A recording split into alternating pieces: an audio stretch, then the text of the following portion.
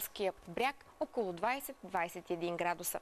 Ще духа слаб до умерен вятър от изток-североизток. Ако сте решили в утрешния почивен ден да се разходите в планината, бъдете подготвени за слънце и малко дъжд. Сутринта ще вали в Родопите и Пирин, а след обед в Западна Стара планина, Рила и Витоша.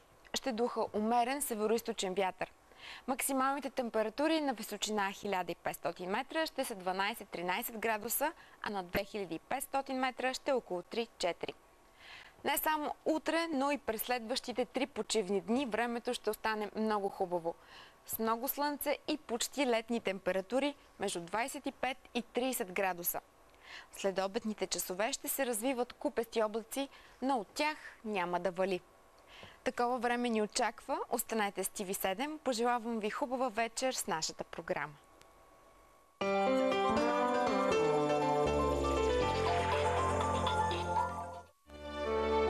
Програмата се излъчи със съдействието на Депозит Асет. Ново изкушение 2 от International Asset Bank. неповторимият майстор